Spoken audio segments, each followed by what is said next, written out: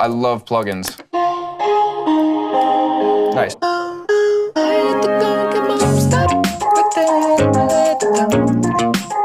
In this studio deep dive, we take a close look at Charlie Puth's production process and discover 5 of his hottest tips, guaranteed to make your track sound bigger and better than ever. Not only do we hear Charlie give us insights into his methodology and thought processes as he built a brand new song from scratch, we'll also see him using and talking about some of his favorite plugins, what they do, how to use them in interesting ways, and how ultimately they can be the difference between a good sounding track and a world-class production. Let's dive in. Let's think of a melody right now that can play throughout the entire song that won't be annoying. Okay, so I could easily play that in on MIDI like this. 2, 3. You could do something like this, like. But in my mind, and Benny Blanco always told me this, like record each note separately, then you have individual control over each note. So I'm gonna like take my time and just play the F. And then I'm gonna play the A flat. And now the E flat. And now the C. And then the A flat. And then I could easily copy and paste the other F, but I'm gonna play it for different velocity. And now. And then. So now, I'm just gonna quantize these just so they're on the grid. I'm going to print it to audio since I hate MIDI. I've just never liked it. I always work, using audio and like trimming it and adjusting the attack and the sustain just feels so final, I don't know. So, see, that little transient right there, I'm gonna trim that up and kind of just make it a little, take the click off so you can, and I want to kind of fade it out a little bit because in my mind, from this voice note, I was doing a little bit shorter. So I'm going to just do that here as well. I'll make it bigger. There we go. Ooh. Ding. That's good. I always commit it. I don't know. You don't have to. It's just something I've always done. I'm gonna do the same thing with this A flat here. Oh, I'm gonna drag it. Hold on a second.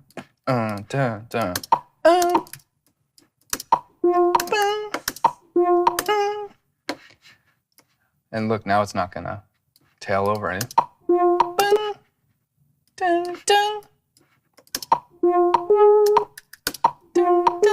Just fix that little fade. See, it's like going up so you can kind of hear the click a little bit. So I'm just gonna do a gentle crossfade. Here's it without the click. Nice and clean. I'm gonna do that here too with this. The most important thing for me is making like the rudimental sounds, like don't worry about the clicks later, just make it super clean from the beginning because it'll actually inspire a melody if what you hear sounds like a final product. Look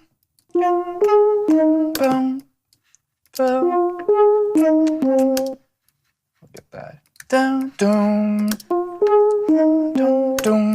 I could easily just like highlight them all and do like the little quick fades, but there's something, I don't know why, I feel like if I do it by hand, it just feels more natural. I could be completely wrong, it could be a complete placebo, but I think you need these fun placebos to make the music sound personal, like.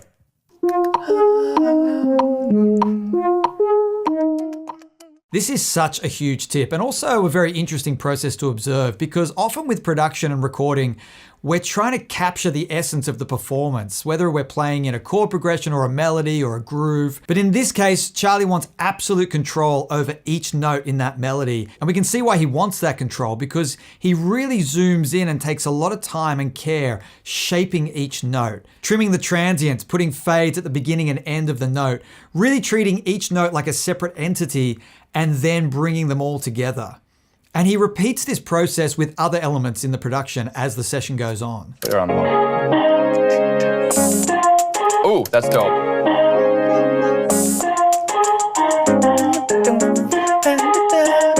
Yeah, that's just it. Ooh, baby. Commit audio. Let's go. Do I want that hi-hat there? I don't know. I kind of do, but I'm going to make it a little lower. I do want that little open hi-hat, but I'm going to make it shorter. So just a little. Commit to audio. And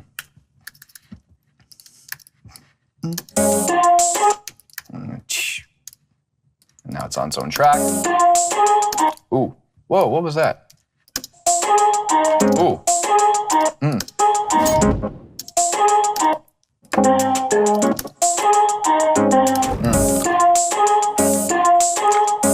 Like a Pharrell intro.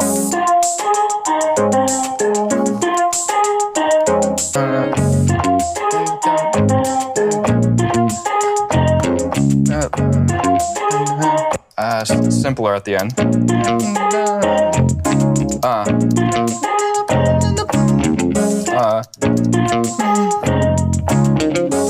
If I were you and you were using this bass, I would just print it and then kind of just manually drag it, all the files yourself. It'll just like be in the pocket, mo better or something. I don't know. See what I mean? Like all this stuff at the beginning, you kind of want in this world here.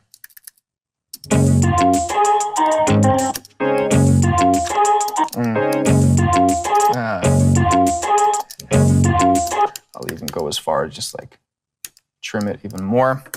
Ooh, it's so clean. You want it to sound clean like that. Same thing, just over. Damn it. So just continue to, that's a little bit more. I'm just gonna blast through this real quick. You get the idea. So if you're in the world of pop production or perhaps looking to tighten up some of your tracks, this isolation of elements, this one note at a time approach, could be the thing that really helps you get control over the elements and ultimately delivers the sound that you're looking for. Well, that's actually kind of cool. I could layer that. I think I'm gonna do that. I could layer that. I think that's the way. When I'm first coming up with a sound, I never just use the soft synth because I need like some thing of me on top of that. And I'll just do, you know how I like recorded each note separately? I'll do that on my phone. So.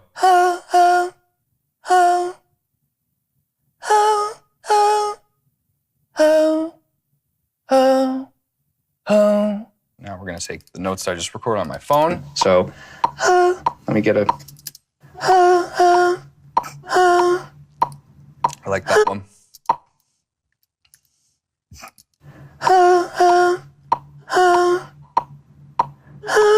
Okay. Delete that, put this note. This F goes over the F here. I think that should be a cool blend.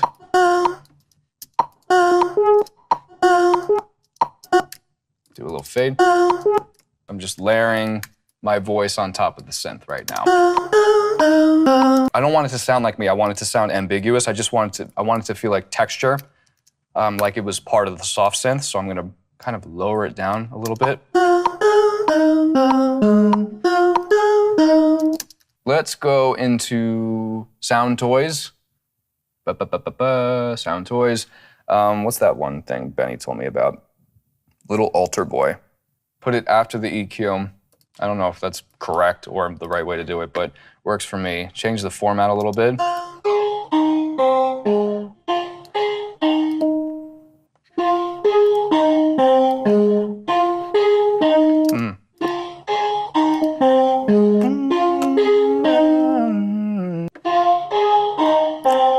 See, it doesn't even like sound like I recorded my voice with my phone anymore. It just sounds kind of dope all of a sudden. Okay, so I got all the plugs on there. I want to create a new aux. Just want to make, you always want to like make an interesting sound, and this sounds pretty weird and interesting. Here we see Charlie essentially creating an original instrument with a blend of two different sounds, one being the synth and one being his voice. And this layering technique has some huge benefits. Firstly, as he said, Charlie wants some part of him in the sound. He wants to feel connected to the sound he's creating, and using your voice is possibly the best way to do that. Secondly, this sound is utterly unique. It's one of a kind because he's making it in real time. And this is really important because if you're using presets on a synth or a VST, chances are there are other people around the world using those exact same presets in their production. And whilst we can tweak the parameters of any synth or any VST to change that preset, Charlie goes a step further and really creates this original hybrid instrument. And then he gets to play around with how much of each sound he blends into the final mix. And I love that final comment, you always want to make an interesting sound. He doesn't say you want to find an interesting sound. For Charlie, the sound really only became interesting once he started to make it, once he started to blend these two layers and experiment with tweaking each of those layers in isolation. And even after he's blended the two layers together, he still goes to a great amount of effort to manipulate each of those sounds. He's really looking for something that interests him, something that is unique, something that is different and people haven't heard before. And ultimately, if people hear sounds in your production that they've never heard anywhere else, this really helps your track stand out against all the others. Put like this wonderful delay Valhalla mix that I just got. I love this setting too, the tape setting. I know you're supposed to make like a separate aux for the delay and then feed it to your channel. I just put it right on the channel. It's just more instant gratification. I'm gonna put it to note and make it really fast because like it's not gonna act as a delay, it's just gonna act as a widener because right now it's very in the middle and I kind of want it to, I know that there's gonna be other instruments surrounding it, so I want it to spread eagle. That was a weird way of saying that.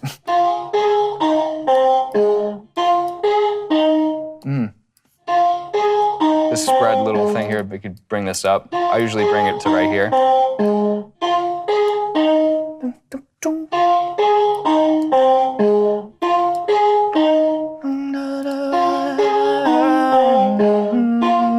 See, it's like I'm already, I keep catching myself. I'm starting to sing. Go back to that delay thing. Kind of just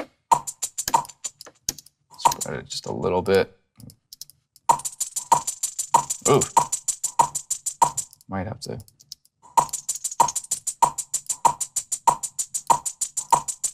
So I'm just like barely, I hate using wideners like a, you know, I just like using like delay, and that's how they used to make things wider anyway. So might as well just take the highs off just a little bit. That way it doesn't sound so in the middle. It's very, you know, before. Let me take the click off. Before, after. Barely noticeable, but makes me happy. This is such a great tip, and it shows us that top-level producers are often thinking about how to use their tools in different ways, in unusual ways. He's not thinking about using the delay as a delay, the way most people might use it. He's looking at how to use it in an unusual and interesting way, and that in turn creates a slightly unusual and interesting effect. And the other interesting thing about this is why he's using the delay that way. He talks about opening the sound up, creating some more spread, and really what that means is creating more width. Because he knows that as he adds more elements to the track, the mix is going to get more crowded. So rather than just make all the sounds and leave them in the middle and worry about panning or mixing them later on, he goes to the effort of actually creating space as he's creating the sounds. He's using this delay to spread those elements and leave space in the middle for other elements that he might want to put there later on. This Pro Tools Air Lo-Fi, fun fact, I actually put this on all of my vocals. It just kind of, you know, dirties them up a little bit. Bring the sample rate down, give it a little irk.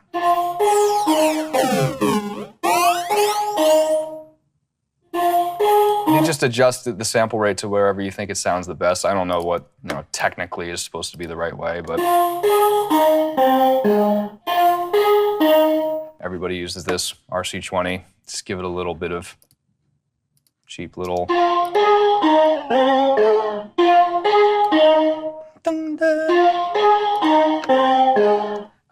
And finally, I know I said finally a bunch of times, just Skrillex always told me to use this plugin. This is the best transient master plugin. You just... It's not really giving me the punch, so I want to put it on the track. Bringing the attack up kind of just makes it hit just a little bit. Give it a little movement. LFO tool is great. If one knob pumper is great too, but I don't want it to be, I want it to be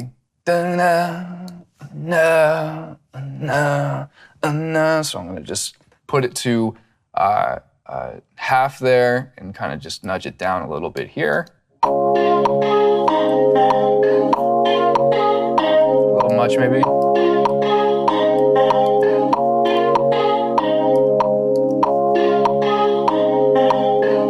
I'm gonna use Fab Filter to open it up here. So I want it to sound like this.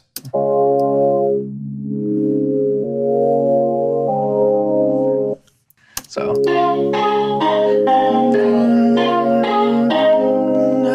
This little thing has to have some more movement. It's just kind of lame if it's just like bang. So maybe just go back to that Valhalla delay.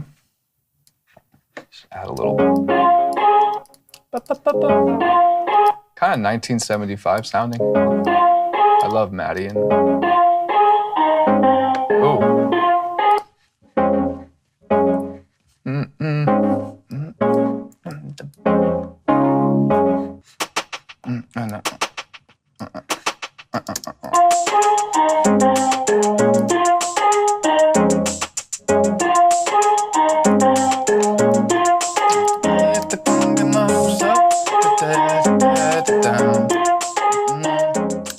Several times throughout this session, Charlie refers to this idea of creating movement. And when he talks about movement, he's talking about movement internally, movement within the sound. And he demonstrates time and time again that he's not just satisfied with leaving the sound as it is. He's always looking for some textures or some motion and movement that can make the sound a more interesting version of what it currently is. And sometimes this movement is subtle. Sometimes it's just changing the texture of the sound, like when he adds the Air Lo-Fi plugin, which he says he adds to all of his vocals. And then we hear some more obvious movement within the sound when he applies plugins like the RC20 and we hear the wobble effect come in. He uses that LFO tool to sculpt out the attack on some of those chords. And then he brings the Valhalla delay back, this time using it as a delay, and creates a little bounce on that percussion track. We also see him use the Fab Filter EQ to open and close the filter, and he does this over a 4-bar period at the beginning of the track. And this is such a tried and tested production technique, and it sounds so good because the changing of that sound over those 4 bars really creates this sense of anticipation for the listener. That's what drives the track forward and really makes some of these sounds more enjoyable to listen to because they're more interesting, they're more unusual, there's more going on beneath the surface. And watching Charlie work here, we really get a sense that he's not okay with anything being static. He's really looking for movement at any opportunity. He's looking for a chance to change the tone or the texture of the sound. He's looking for a way to change it internally with a little bit of extra motion. He's looking for a way to give it a little bit more bounce. And this, when you add all the elements together, really compounds into a rich, full, and very interesting sounding track. And one thing I did, so it doesn't sound super on the grid, I just drag it to the right ever so slightly. I don't know how to nudge, so don't ask me. I just take it and just use my cursor and drag it over. You take each individual hit and kind of just drag this one over to the right, maybe this one to the left a little bit. Because if a human were playing it, it wouldn't be perfect. It would have some imperfections to it. That way I can make the drums like super on the grid and it'll all sound like in pocket.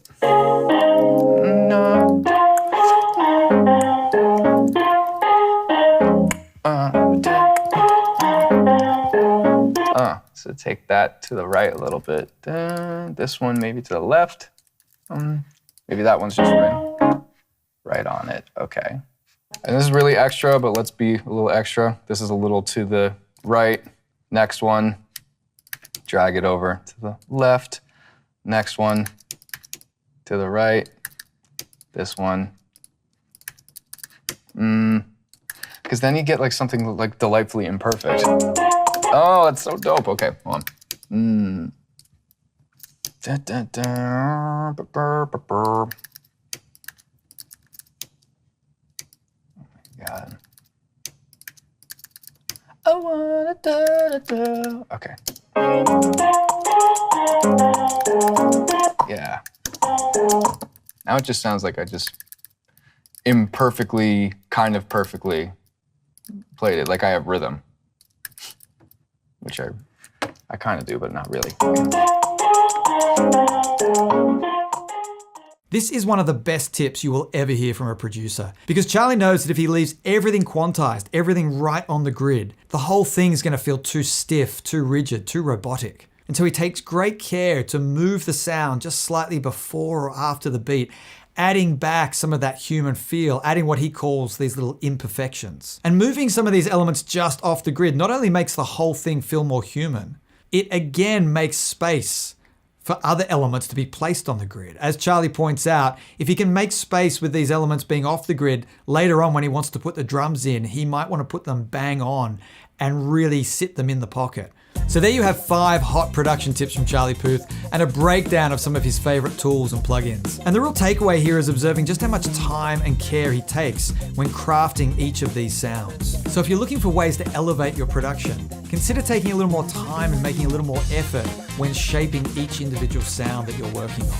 Experiment with plugins and VSTs and look at how you might use them in creative or unusual ways. And look for opportunities to create movement within your sounds, as well as giving each element its own space so that the mix doesn't get overcrowded. Happy songwriting, happy producing.